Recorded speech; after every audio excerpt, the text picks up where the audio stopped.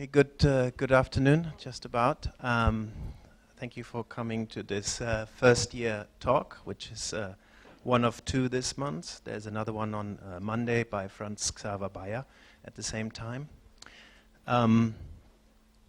Obviously, this is a first year talk, and I wasn't aware we had that many first year students in the school. I think Brett will be very happy with me with the increase in numbers. I'm extremely excited about this talk today. I don't think there are many people who would come to such an event if I say, this would be good for our first year students, particularly of this caliber. I think the speaker today really does not need much of an introduction, but since it's a first year talk, I'm going to say a couple of things. And then I started to think about how I'm going to introduce this, because I don't do this very often. And I think the last time I introduced the talk was for Matthew Barney and Arthur Lindsay film. And I had to warn the audience about sexual explicit material in the movie, and I wasn't informed about this today, so I think we're fine. But one thing I have to say is I would like to thank Diego Cortez for helping to arrange this and for coming from New York to look at this, to come and be part of this event. And I also like to say that when I was looking at introducing Brian, I looked at his Wikipedia page because I kind of felt I wasn't really up to scratch on everything. And it felt a bit like looking at the kind of body of a naked woman all over again. I had to and I know it's a bit of a bad thing to normally men don't say this to other men, but this is sort of a kind of, but it was sort of surprising and kind of reassuring and a little bit familiar. And then, obviously, I'm going to stop now. And it is really true. I think it's very difficult to introduce him because he has so much to offer. But I'd like to end by just saying, here's Brian. Thank you so much for being here. That's really great. Thank you.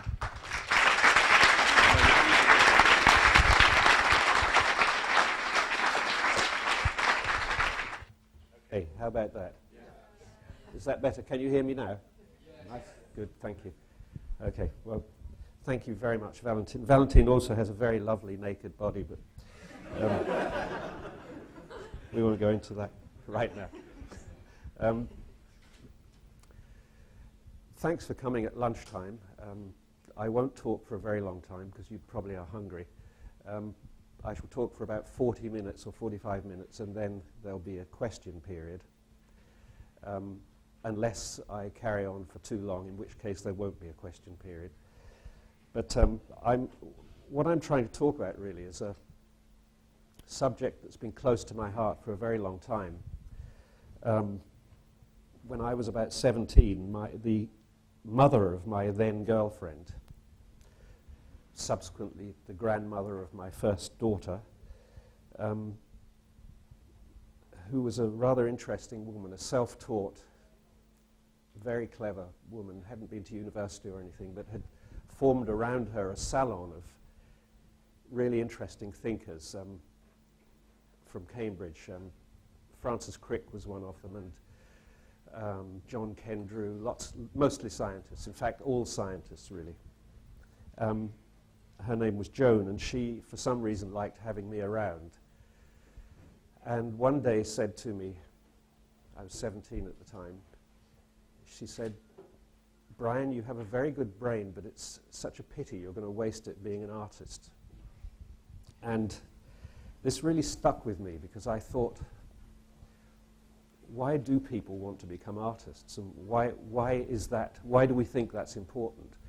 Why am I so strongly motivated to do that? So it was the seed of a question that I've really been asking myself ever since. And my attempts to answer it have taken a lot of different directions, and I shall not give you a complete answer to that question now.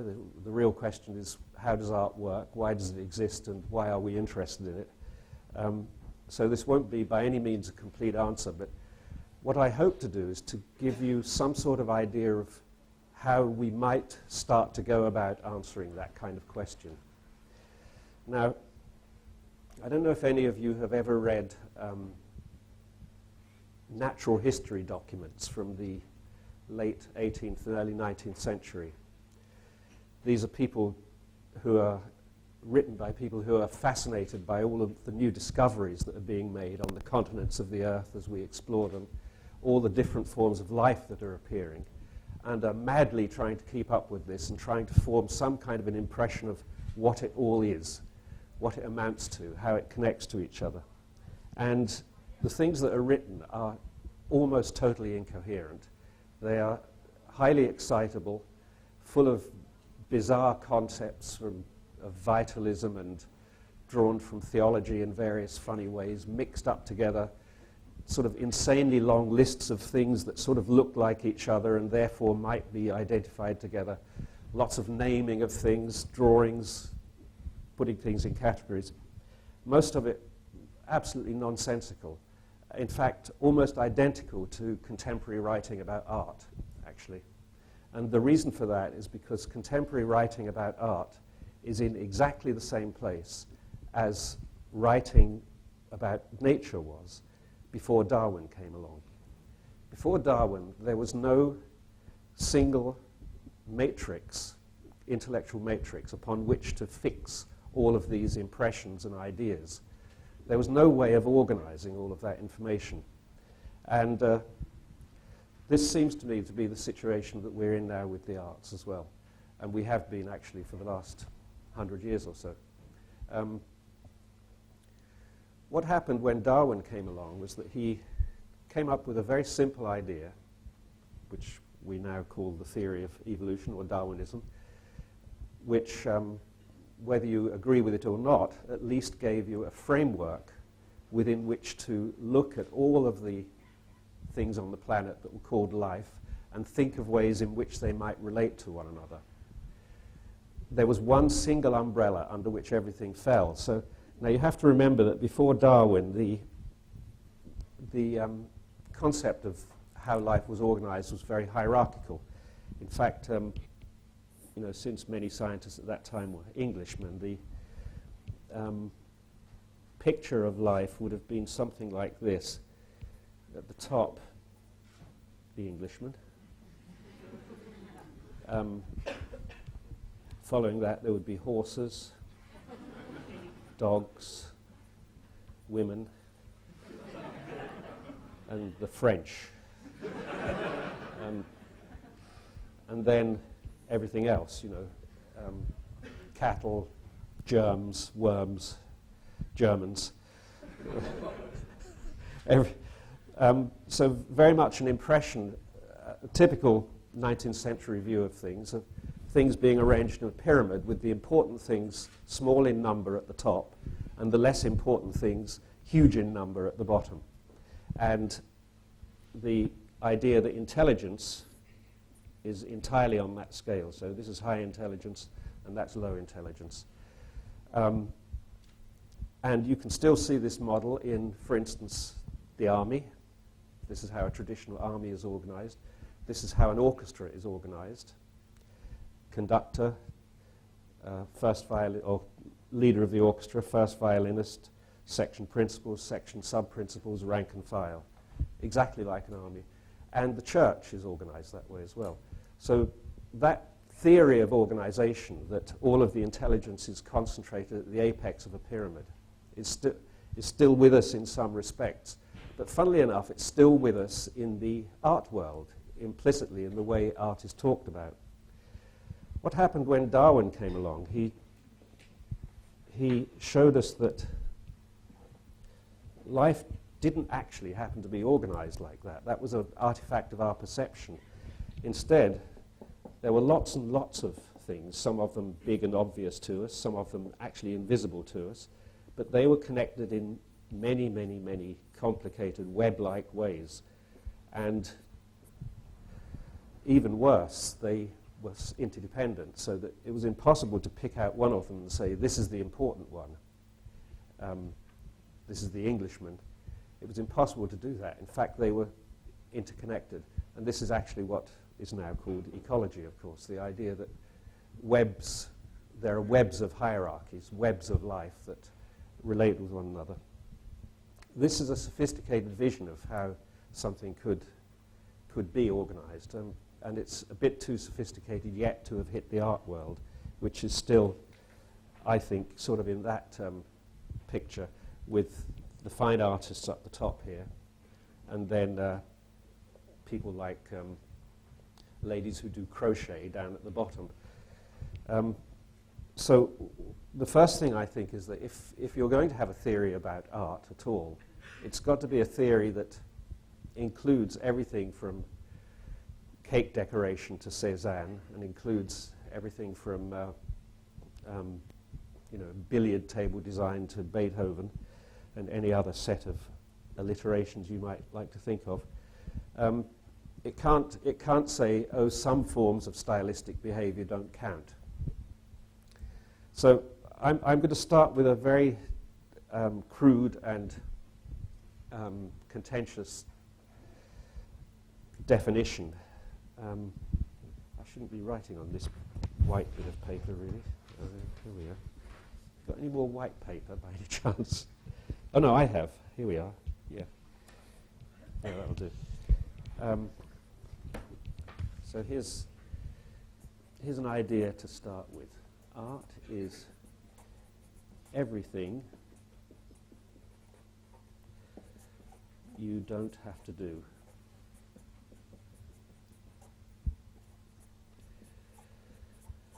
So what I mean by that is that in our climate, at least, you have to wear clothes, but you could just wear sacks or animal skins, but in fact we choose Armani and Levi's and Yves Saint Laurent and so on. We choose to wear stylized garments. We don't wear just anything. You have to move around if you're a human being who isn't fed by servants, but you don't have to dance. You have to speak, but you don't have to develop poetry. You have to make noises, but you don't have to make music. So what we see with all human groups everywhere, without exception, is this volatile combination of things you have to do to stay alive, and then all of the other stuff that you do on top to elaborate it in some way, all of the stylistic behavior that goes on top of it. So what we're talking about is what the aesthetician Morse Peckham called non-functional stylistic dynamism. Now, funnily enough, Diego is the first person I've ever met in my life who actually knew Morse Peckham. Morse Peckham wrote a book called Man's Rage for Chaos in 1967, I think, which I somehow or other found. I don't know how I found it, because I've only met one other person who's heard of it since, apart from Diego. But it was a very shocking book to me, and in fact I've been rereading it recently and finding it still way ahead of the field in terms of its thoughts about how art works and what it exists for. Morse Peckham's idea was that we created art, we developed it, we evolved around art because we needed, biologically, we needed something like this to exist for us. So I'm going to go back to that idea later on, but he uses this term non-functional stylistic dynamism. So he separates the things that we have to do in order to stay alive, the things that we would do simply as animals, as it were, from the things that we then choose to do on top of that, the riffs that we make around it. So I have decided to illustrate this point with a commonplace object, and I brought a few examples of this object along.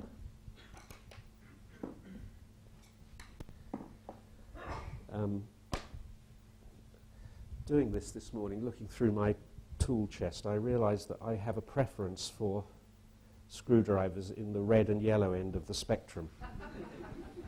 I don't have a single blue or green one, but I've got a lot of other red and yellow ones. Now, I want to just look at these as stylistic objects. What's interesting about them is that the stylistic part is always at this end of the screwdriver. That's because this end has a job to do. There aren't any options about how this end is going to be. It has something particular to do. The further away you get from this end, the more freedom you have in stylistic terms. You can make it yellow, blue, green, white, knobbly, flat, ridged, smooth, so on and so on. Those are all stylistic decisions then. You can't, in fact, do anything much with this end of it.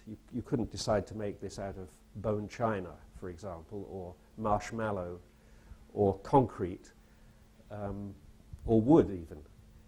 It has to be metal, and it has to be of that particular shape. Now, imagine if you could take this trajectory here. So we have the beginnings of stylistic behavior here. It still has a lot of limitations. It couldn't be marshmallow, because we wouldn't be able to use it as a screwdriver. It couldn't be cotton wool. It shouldn't be something very sticky, because we'd never be able to put the screwdriver down again. There are some limitations on what this can be, but not as many as on this. So we have a sort of trajectory here. Let's draw that going in this direction. Now, we could go a little bit further along here, and we might have a teacup, for example. Now, teacups have a lot more variability available to them than screwdriver handles.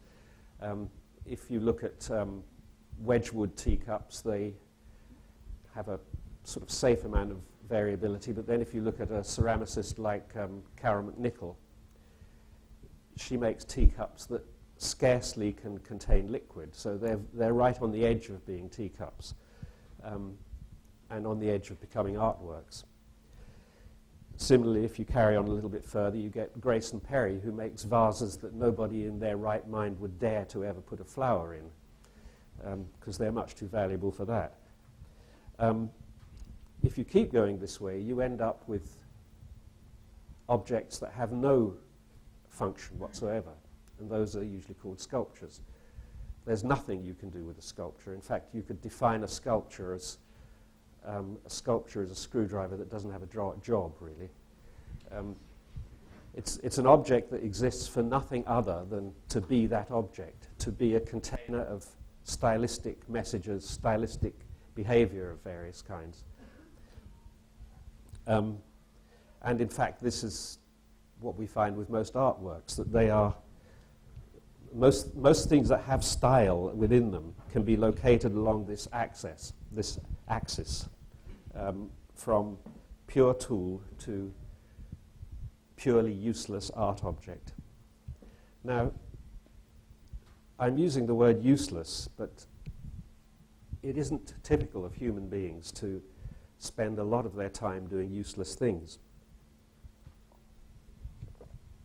What we tend to find is that if people do something a lot, there's a good reason for why they do it. And if all societies do it, and all peoples do it, and peoples even in quite dire distress, actually, in very poor circumstances, still do this thing called stylistic behavior, still want to hear music, still want to dance, still want to make things, then it would lead us to suspect that something quite important is going on here, something more important than luxury time, which is the way governments tend to look at art as the nice bit that you add to the serious things of life. In fact, one of my reasons for doing these talks, as I do occasionally, is because having been involved with art schools for 40-odd years, I'm really distressed to see the way that governments have more and more marginalized the important part of what art schools do in favor of the bit that they can quantify, which is the academic part of what art schools do. The theoretical part, the bit that you can ask exam questions about. So it's sort of forced art down in England anyway, art education down an alley that I think is very unfruitful indeed. And the only people who are to blame for that actually are the artists themselves and the people who write about art, because they haven't provided any decent explanation of what it is we're doing. I don't blame governments for saying, well, why should we give you money if you can't tell us the point of all of this is, which is essentially what the argument becomes. Anyway, back to stylistic behavior. I now want to talk about a particular artwork, not a screwdriver this time, but I've chosen this one because it's an artwork that all of you, in fact, with the possible exception of me and a couple of others, all of you have, which is a hairstyle. Now, people don't usually think of hairstyles as artworks, but in fact, if you look at this sheet here, how else would you describe these things?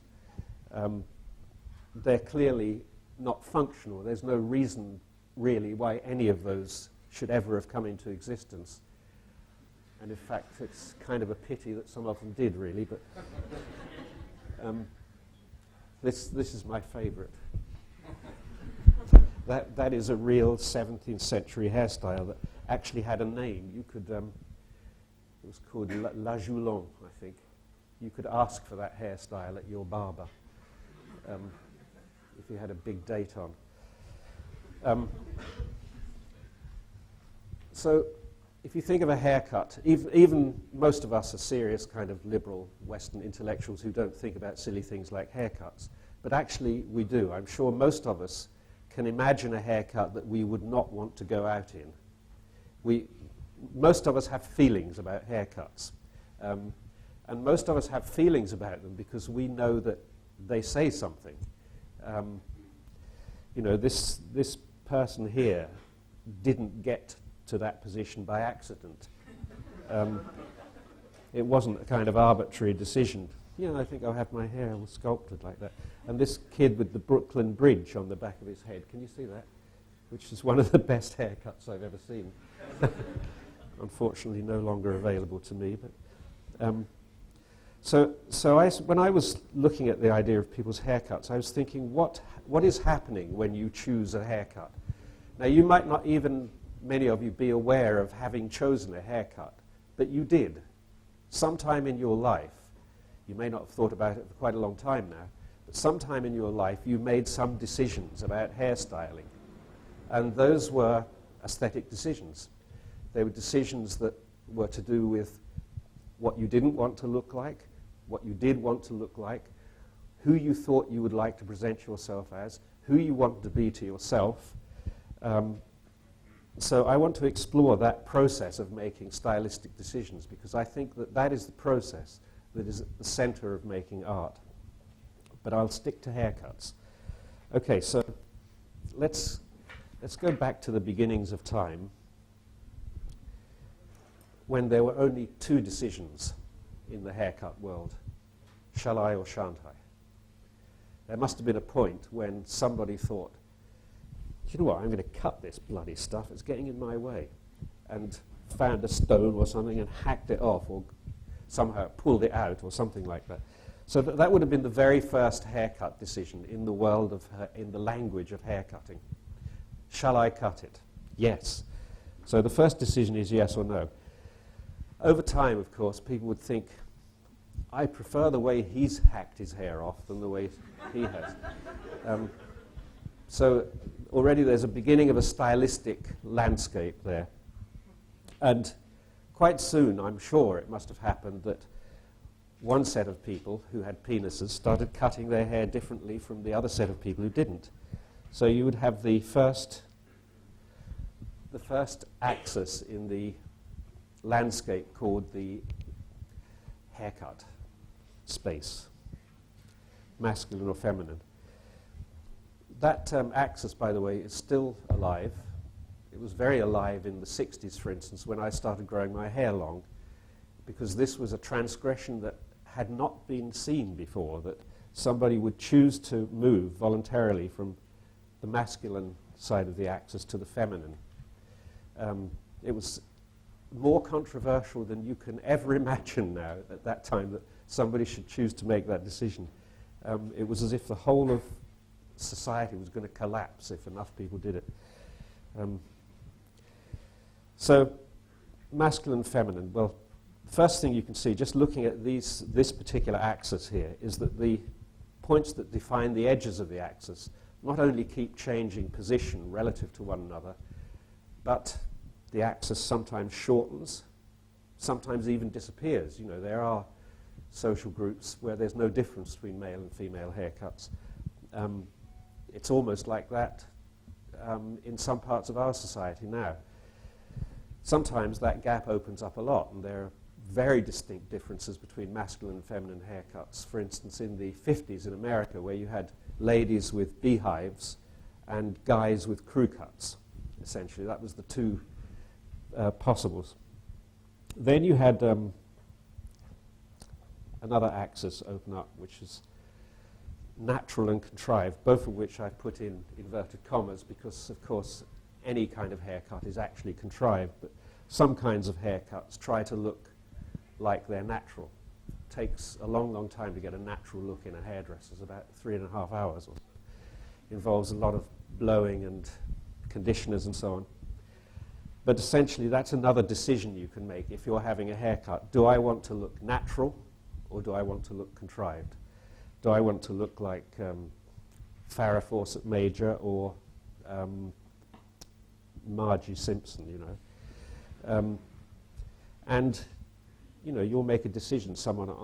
Nearly all of you will have made some kind of a decision on that axis without perhaps knowing about it. Then here's another axis that you could imagine. By the way, axes come and go. Can you see that one? That says rebel and conformist. So axes come alive at points, and then they die out, and they're dormant, and nobody's really thinking about them at all. And then they come back to life again. Rebel and conformist was a big axis for a while in haircuts. Not so much now. Retro and futuro. Another one that was very popular about 15, 20 years ago. There was a whole retro-futuro dialogue going on in haircutting. The point I'm trying to make here is that these are all obviously relative terms. They change in time and they change in space. Nonetheless, they do exist for us. We sort of understand what they mean at any given moment. And occasionally what happens is that a completely new axis will appear. Some consideration will appear that nobody ever thought about before. For instance, in the 1970s, in about 1976 or 77, suddenly the axis appeared with the advent of punk. The idea of either having your hair professionally cut or hacked about by a brainless cretin, which was not a possibility that anybody had considered before, that you would ever want to be at this end of that particular axis. So when you choose a haircut, what you've really done is you've chosen a location in this multi-dimensional space, which I'll call haircut space. I'm sure you don't sit in the barbers and do this, but nonetheless, you've made a stylistic decision of some kind, and it's a lot of decisions all embedded in this one thing called your haircut. It's a lot of decisions, actually. It's a lot of thoughts about style. Now, the question to ask is, what are you actually doing when you do this? It's not a trivial question, because we all spend quite a lot of our time and money doing things like this. If you think of extending this to not only haircuts, but clothing, the type of transportation we have, the type of house we live in, the type of furniture we use, the colors we paint our walls, the way we speak, the language we choose to use, the nature of our relationships with other people. They all fall into stylistic universes like this. So, and of course, my whole point is that making artworks falls into this kind of set of considerations as well. So one of the things I'm saying, and I believe that any usable theory of art should be able to do, is to say that there is a unity between what's called artistic behavior and the behavior that we're all doing all of the rest of the time. The difference between an artist and somebody who doesn't call themselves an artist is that the artist does it for a living, really, gets paid for it. But all of you, all of us, behave like artists for a large part of our life. We're making artistic types of decisions. So why do I think we're doing that? Sorry, I'm just looking at my... Oh dear, that's bad news. I've nearly finished. I haven't even started. That was all the introduction. Jesus, is that true? It says 25 to... My intro was too long, don't worry. Yeah, it's your intro. That was the problem. When you started taking clothes off, that's when it all went wrong. I've got some notes here which I shall show you because it would tell you what a desperate situation we're in. We've only gone from here to here, and we've got to do all of that.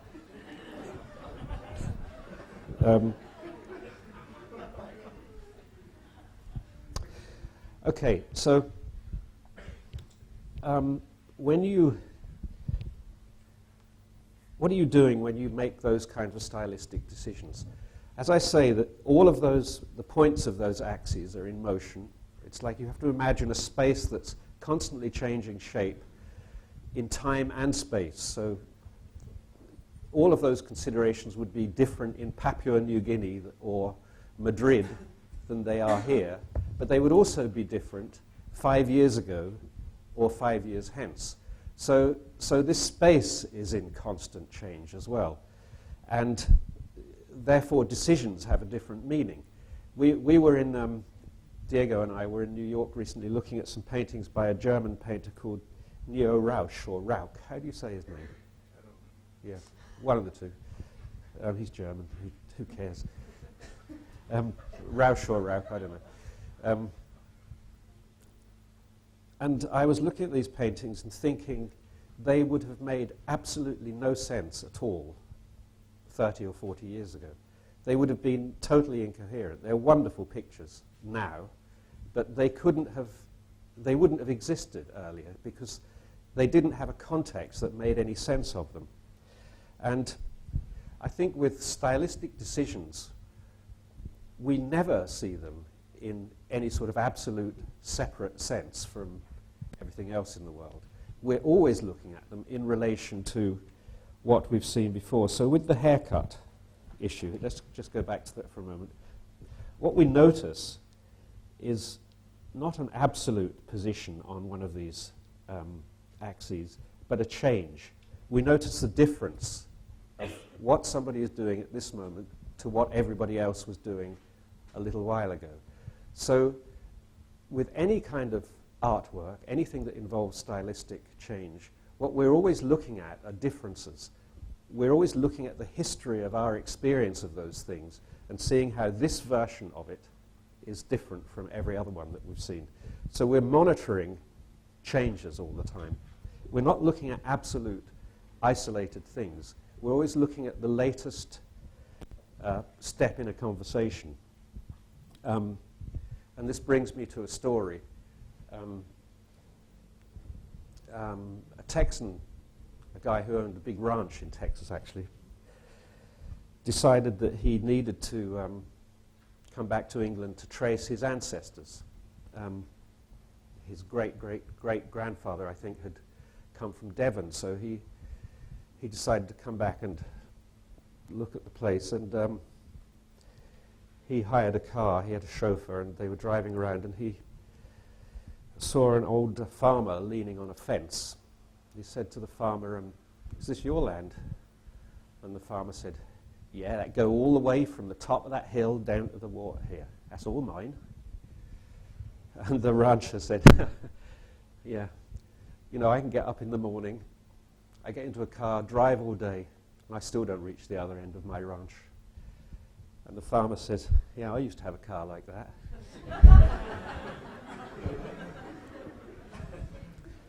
Now, the reason I made that joke was because I like it, but to show you that context means everything. This is like Kazimir Malevich painting. It doesn't make any sense unless you see it in the context of painting that went on until that moment. You know, this has been sitting here, and of course that made no sense to you whatsoever. That's why I put it there. As soon as you hear the story that goes with it, you think, oh, right, I see now. I see now what that means. Well, I think most stylistic objects are like that. They relate entirely to our understanding of the context in which they appear. In fact, I'll show you a very interesting picture if I have it. Oh, this is an interesting picture. I'll go back to that one. Sorry, this is a detour. It's Valentin's fault. When I was looking up screwdrivers, I found a website that offered feminine screwdrivers. And here they are. But you see, interestingly, there's absolutely no difference at this end. So I actually thought of having another website with masculine knitting needles on, which would have rifle sights on them, was my idea. Anyway, back to Kazimir Malevich. This is his famous 1918 painting, White on White, which to me is exactly like that. What does that possibly mean unless you know something about the history and development of painting up until that point in time? Only an art critic would argue that there was some essential intrinsic value in this. Only an art critic could say that because it's so obviously untrue. What's important about it is its relationship to a whole conversation that's going on. And as soon as you know that conversation, you can see what a radical and fantastic idea it was to produce at the point where you had, you know, Fauvism, Rayonism, Cubism, Futurism, all these colourful isms with forms and shapes and so on and so on and so on, and suddenly somebody says, try that for size. Suddenly that makes a lot more sense then. So I think what we're doing when we look at stylistic objects is that we're always thinking, things could be that way. It could be that. That's extraordinary. I never thought of that. And what does it mean if it is that? What does it mean if I cut my hair slightly differently? Do I look harder? Do I look softer? Do I look more bucolic? Do I look more geeky? Do I look more technical? All the things, all the ramifications. Now, since we're all doing this all the time, we're all sorting through these messages and communicating with each other in that way, you have to start thinking that this is a sort of stylistic gossip that's going on. Now, gossip is a word that is usually used to mean something of not much value.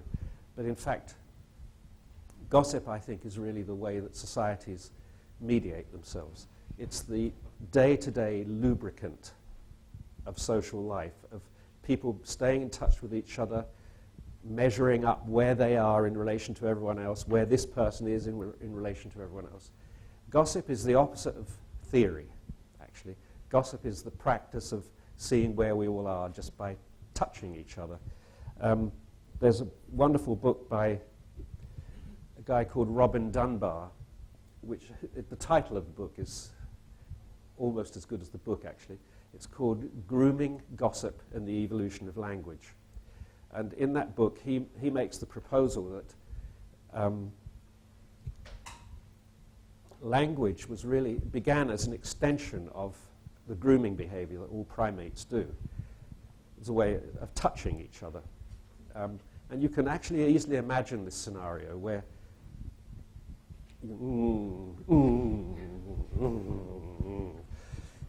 that's exactly what happens when you groom each other, isn't it? It's a non-linguistic form of bonding that goes on. And I'm sure language must have started very much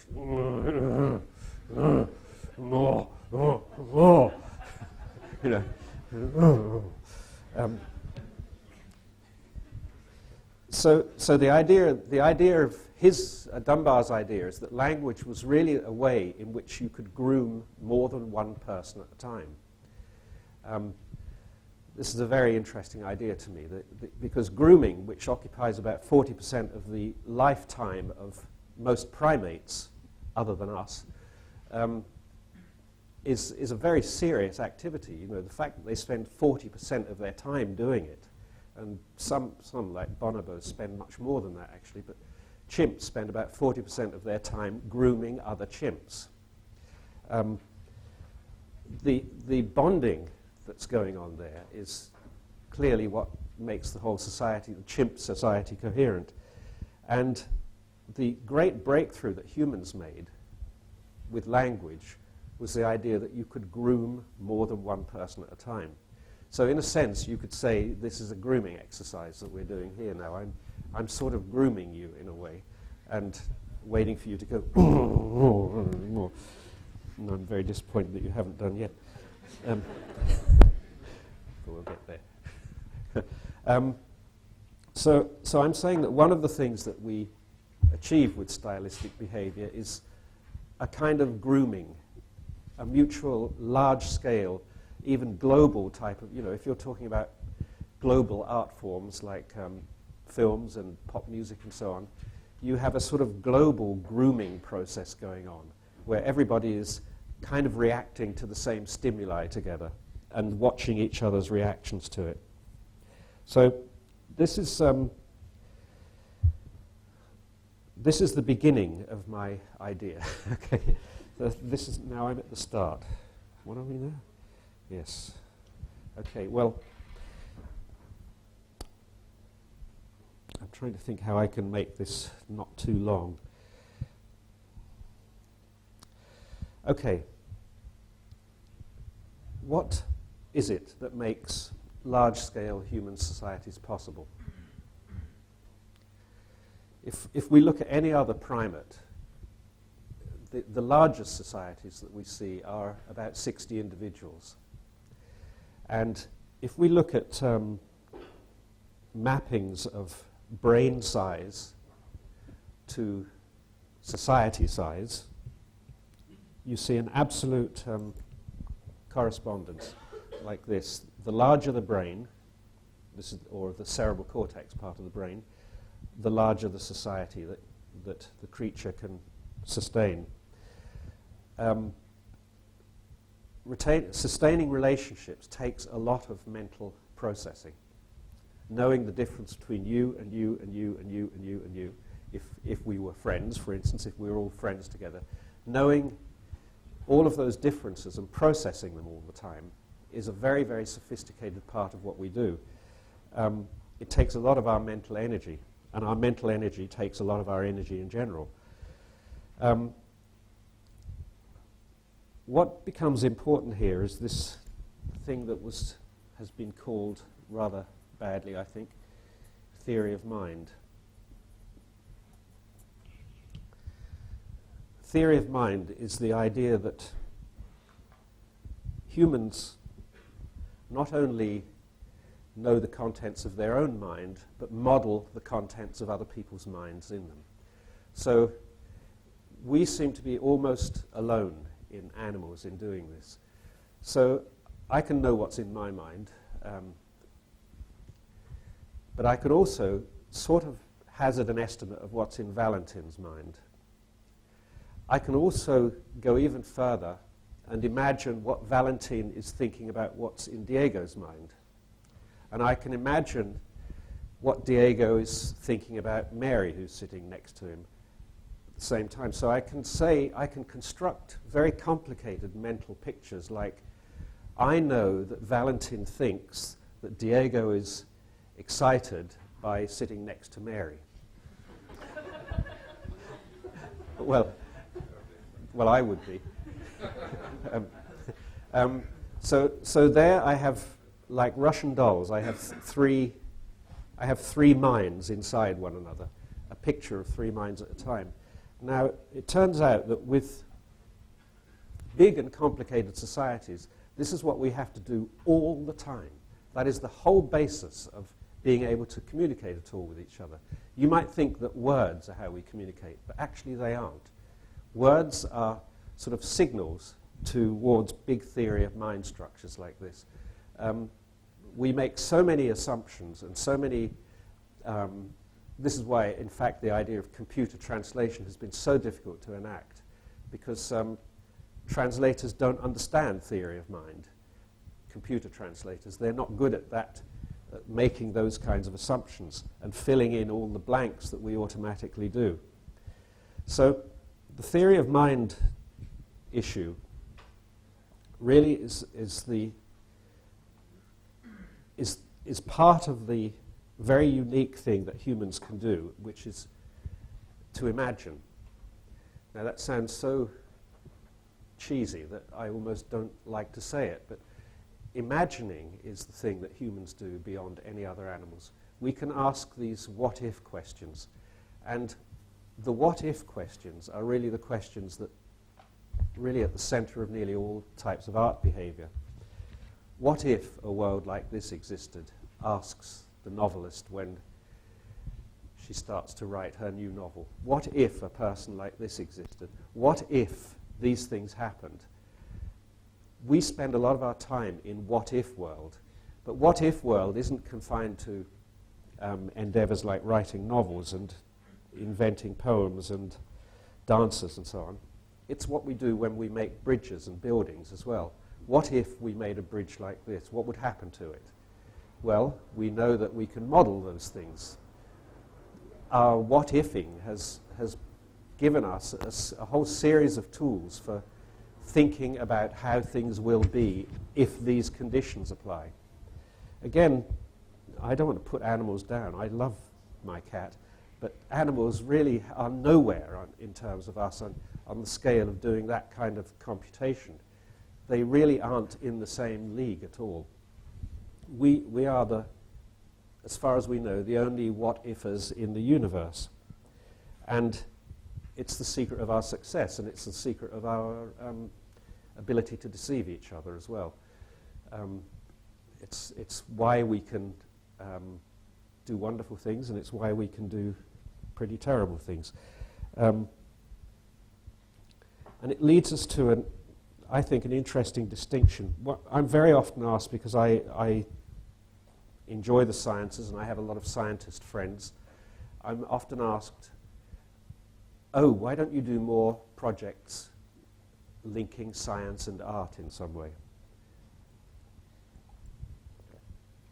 My experience of those projects in general today has been that they're disastrous, in that they produce weak science and bad art. And I've started to realize, I think, why that is, because they really have diametrically different interests. Scientists and artists, of course, overlap in the sense that they can both be very creative people. All right, no problem there. So can executioners and rapists. You know, there's nothing intrinsically great about being creative. And there's no reason why, because you're creative, you should be able to talk to every other creative person and do something with them. The difference, though, between science and art is that science is very interested in looking at this world and trying to perceive regularities about it, trying to make consistencies, generalizations, trying to find things, discover things about this world.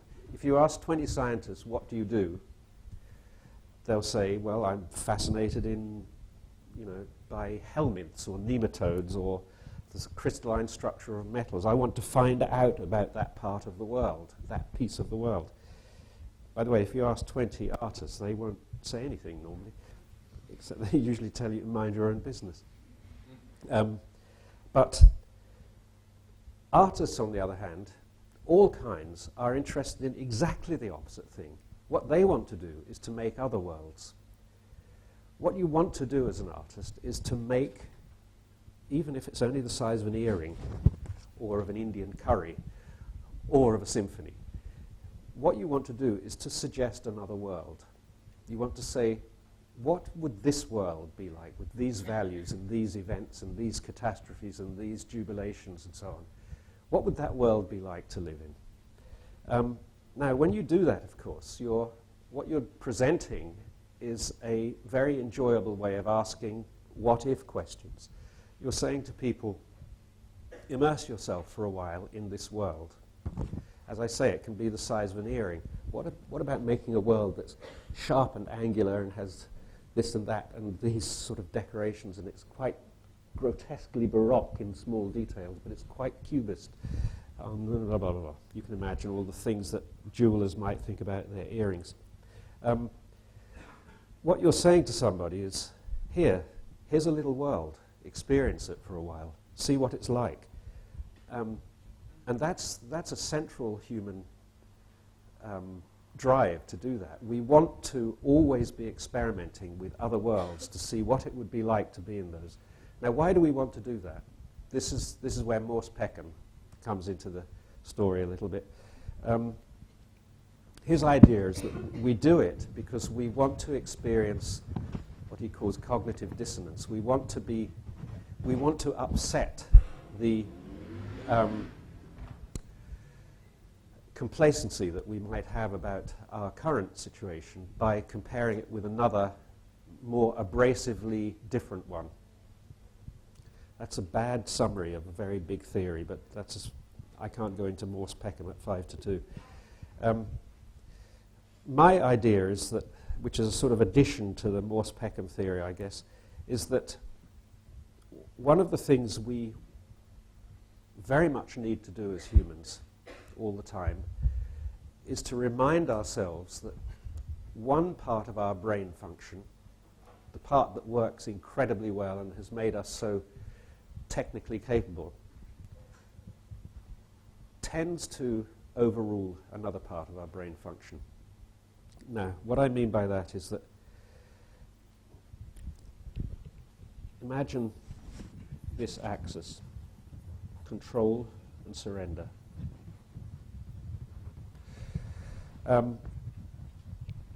Technical life exists at the control end here. Essentially, what we're doing technically when we build machines is we're trying to control another bit of the world in a better way. A sharper knife is a better form of control than a chipped stone was. A laser cutter is an even better one. We keep inventing things at this end of the spectrum, and indeed all of our success as agriculturalists and industrialists and everything else that we do is because we're so good at this. It's fine. I've got nothing against it. The problem is it's not always the appropriate response. There are lots of things that we can't control. There are lots of situations that we might find ourselves in that we're not adequate to, in the sense of we don't have an intellectual response that we can make to them. We don't have a set of algorithms that would enable us to deal with them. In that situation, what should we do? We can either be stymied and rigid and do nothing, or we can, as they used to say in the 1960s, go with the flow. That's called surrendering. Now, if you think of the evolution of humans, surrendering must have been a very, very big part of our nature until about 5,000 years ago, even less than that, maybe 1,000 years ago. Surrendering must have been what we were doing most of the time. We have brains that are brilliantly equipped to surrender. Not only are they equipped to it, they like doing it. One of the things our brains like doing is being seduced and going into a state of what you might call egolessness or transcendence or altered state or all the other things that people call it. And I think this surrender aspect, I'm nearly going to finish actually, so there's not much longer to go now. I've decided to spare you 2/3 of this page. I'll end on surrender. So let's have a look here's an umbrella. And that umbrella is called surrender. Now, underneath that umbrella, I would put art, sex, drugs, religion, and I think I'd have to include, oh, sorry about that. I don't know what I did there. I've leaned on something. It says lamp, upper, bass, lower. Hold on. When in doubt, switch it off. I did switch back on. Don't worry, I can do it without. I don't need it any longer, actually. Yeah. There we are. Yes, so I'm going to add sport in there as well. Sport. So I think those are all related ways of surrendering. And as you can see, if you look at that lot, we spend a lot of our time doing those. In fact, almost all of our free time is occupied in those acts in some way or another. It doesn't mean that there's no control within them, but all of them require us to be able to negotiate this spectrum between surrender and control. My favorite example is surfing, where I don't surf, but I've watched videos of people doing it. And what's interesting to me is that what they're constantly doing is playing this game at split-second choices of surrendering and controlling. Sometimes it's right to go with the wave. Sometimes you have to take control and jump over the wave. So this whole sport for me is about surrendering, controlling. But of course, it's in the nature of our culture that we've tended to dignify this, because this is the source of our conspicuous successes over nature, our ability to control. It's not true of every culture. You know, the whole thing about Zen and various other forms of Buddhism is that they've actually dignified that end of the spectrum and said, actually, that's the important part of what humans do. I think the important thing is that humans negotiate back and forth on that spectrum. And I think to do that, you need a lot of rehearsal. Now, rehearsal, I should have got to that earlier. Rehearsal is what we have to do all the time. We aren't imaginative and creative just by accident. We are because we keep doing it. We keep engaging in things that exercise those parts of us. And similarly, we keep engaging in activities that exercise our abilities to negotiate smoothly and easily this surrender control spectrum.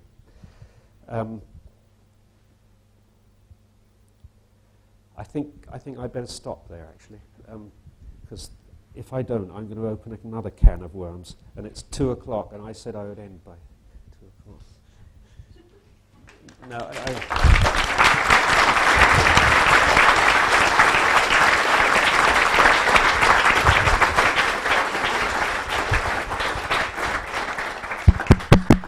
Thank you.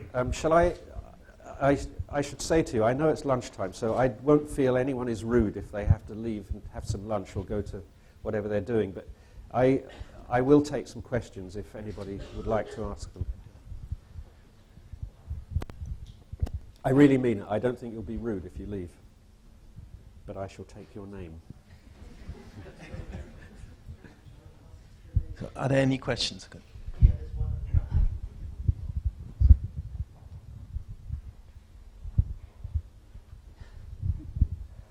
A long journey. Hi, Brian. Thanks. That was very inspiring. I just wanted to ask, what advice would you have for an artist about to leave art school? Get out as soon as you can. Pardon? No, as I say, I'm sort of slightly distraught about the state of art schools at the moment, because they've been forced into this stupid position of having to prove their value to society, as if in England, of all places, you needed to prove that. You know, when just about half of our export earnings are by ex-art students now, I should think. Actually, that's just a guess, by the way. But if you think, you think of the fashion industry, the music industry, well, all of the enormous revenues that have come out of art education in many respects, the idea that government should now say to art schools, so what's the value of what you're doing then? It's just a kind of luxury, isn't it? Why don't we invest in more technical colleges? In fact, why don't we invest in more weapons is actually the usual question. That's not more technical colleges, that would be fine, but it's not that at all. So, but anyway, if you're about to leave art school, my only advice always is, for a certain period of your life, say yes to everything. Absolutely everything. Just don't ask any questions. Just say yes. Just give yourself a period, like 3 months, or you might get pregnant, of course, but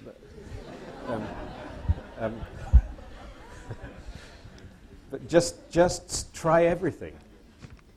It's surprising how things pan out into the most unlikely things that you do actually pan out to the most unexpected and interesting things. So I had a friend in South Africa who did that. He set himself as a project. He said, I would just say yes to everything for 3 months. So when people would say, as they casually do, oh, we should get together sometime, he'd say, when? And he ended up having all these awful, embarrassed coffees and lunches with people who didn't really want to speak to him. Anyway. There was a lot of talk. I can repeat your question if you want. Okay. There was a lot of talk, and it was all seemed very relevant to us as architect students, actually, of balance between surrender and control, and then there was the balance you mentioned between science and the arts, which for me is, I guess, might not be true, but it seems to be something that architecture has to deal with quite specifically. And you said it had always ended disastrously.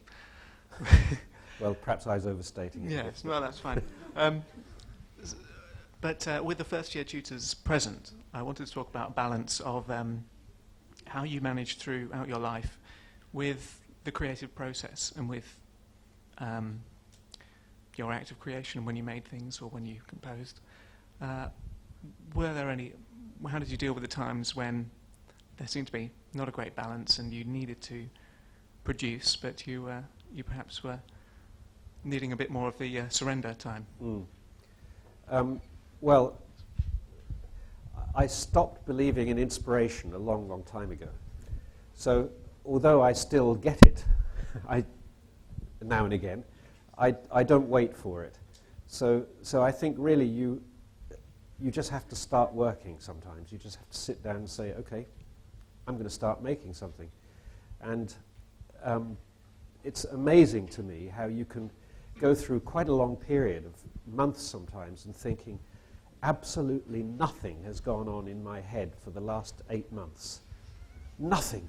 I might as well have been dead. And then you start doing something and you realize that actually a lot has been going on. There's been a lot of processing going on. And you find yourself doing things and thinking, oh yes, I see. Oh, that's different. Yes, that I can see why I'm there now. So I think we're very bad judges of our own internal state, actually. I remember being in a studio in 1975 and I was working on an album called Another Green World, and that was a very hard album for me to make because I made it almost entirely on my own with very little encouragement from anybody. In fact, my record company at the time were not at all pleased with the direction that things were going in. And I didn't know where it was going at all. And I remember making this one piece called Spirits Drifting and standing there playing it in tears because I was so desperate and so convinced that I had lost the plot completely. I just carried on. I thought, I've got to finish it at least, because not to finish it would be really terrible. And it's a piece I like very much now, but I had no ability at the time to judge whether it was worth anything at all. Conversely, I've had times where I've been working on something and thinking, this is the equivalent of the special theory of relativity in art. And woken up the next day and hid it under a under a shelf, you know.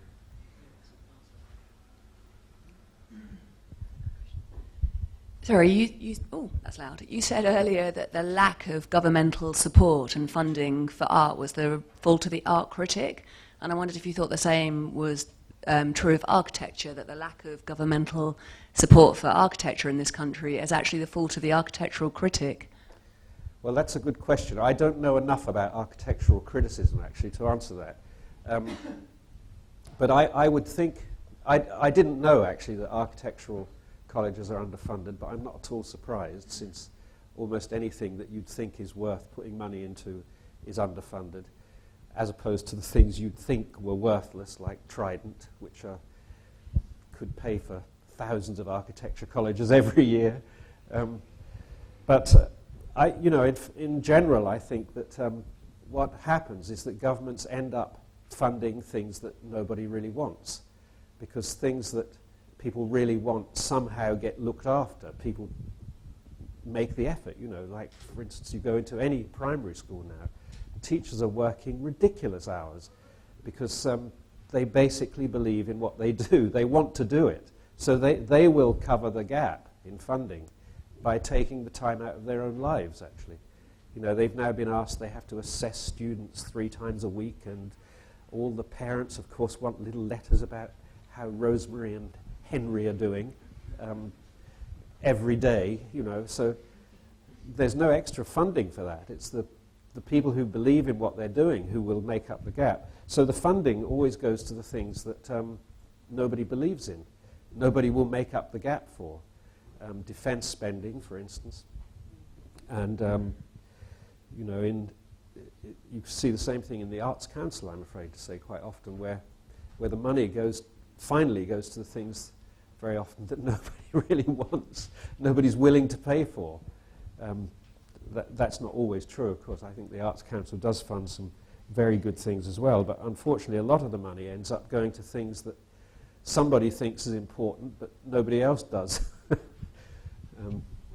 But with architecture, I would have thought it would be so, again, in England, which has produced so many world-class architects in the last 40 or 50 years, you'd think that governments would say, well, this is something we obviously do really well, we should look after it.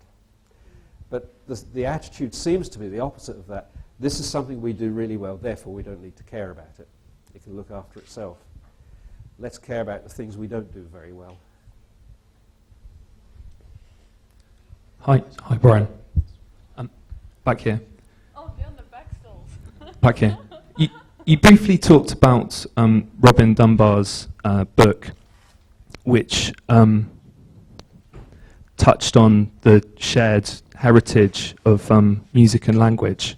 And I was just wondering if you believe that behind music and language and its kind of origins, there's a kind of universal truth, or there's some kind of universal something universal behind the kind of meaning that we ascribe through words and language now. Do you mean that I'm always very allergic to words like universal, I have to say. Just because I think that humans are the supreme relativists. We constantly negotiate and are very good at inventing temporary ad hoc meanings that serve us for a while and then moving on to other ones. So I think we're not naturally universalists. But do you mean in the sense that this particular sound had to be for that particular word? Because there isn't very good evidence for that, actually. No. I think, I mean, more so beyond language, in sound, if there is some kind of universality to sound itself. So I don't believe that the words that we give to our sounds now are based on any kind of universality. But going back to its kind of origins, if there was something universal there. Well, this is a question that is in huge debate at the moment. It's a very interesting question. So there clearly are some, what Morse Peckham calls primary signs. For instance, something getting louder always is an increase of urgency of some kind. It's an increase of tension. Something getting softer has the opposite effect. So there are a few crude effects like that. Very high frequencies, for instance, sort of trigger a part of our listening system that says something's very close, because you only hear very high frequencies from things that are quite close. So that, there might be some kind of alarm element in that. So I think there are basic signs. Well, in colour, you have the same thing. Red, because it's the colour of blood and meat and so on, probably does correspond to danger or pay attention or something like that.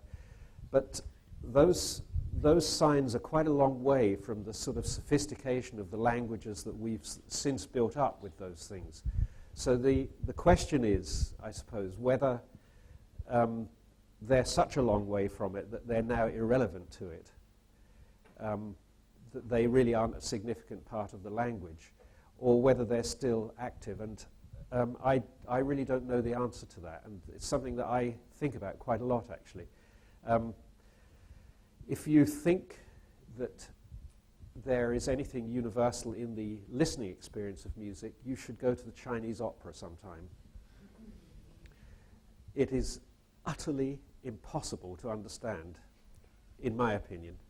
When I lived in Bangkok, I got fascinated by it because it was so impenetrable to me. I used to keep going back to it to see if anything ever made sense to me. Nothing ever made sense.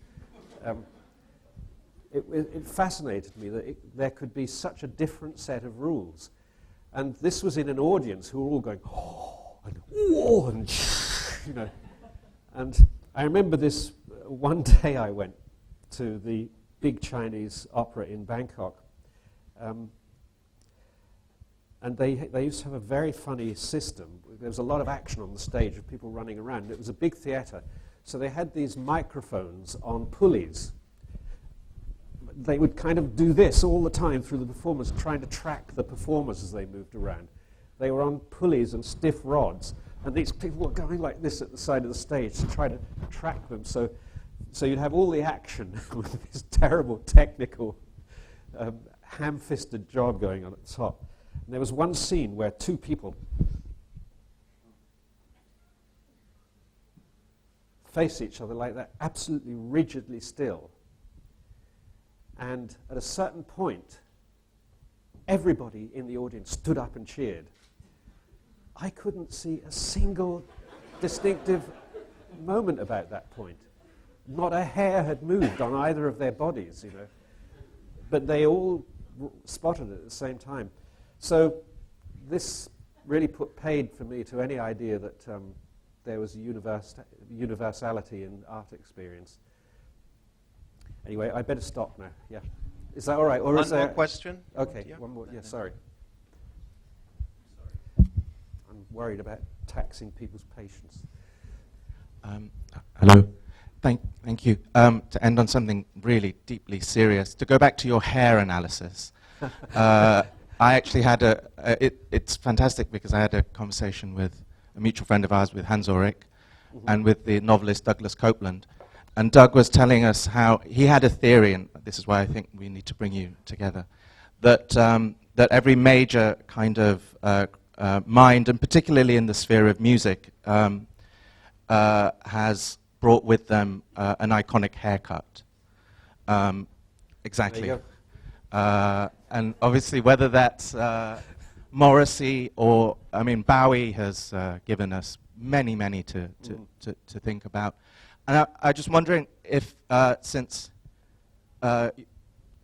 evolution theory plays such a large role in the backstory of your own thinking, have you charted your own genealogy and evolution of haircuts, given that, particularly in Roxy music, you're all known, I think, for fantastic haircuts, but is there any correlation between your own hair evolution and the kind of your intellectual and creative output over the years? Yes. Maybe I know the answer. As the one increased, the other decreased, basically. Is there?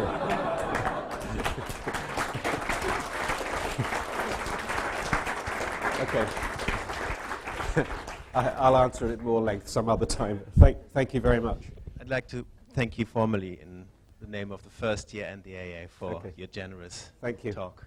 Thank you. Thank you.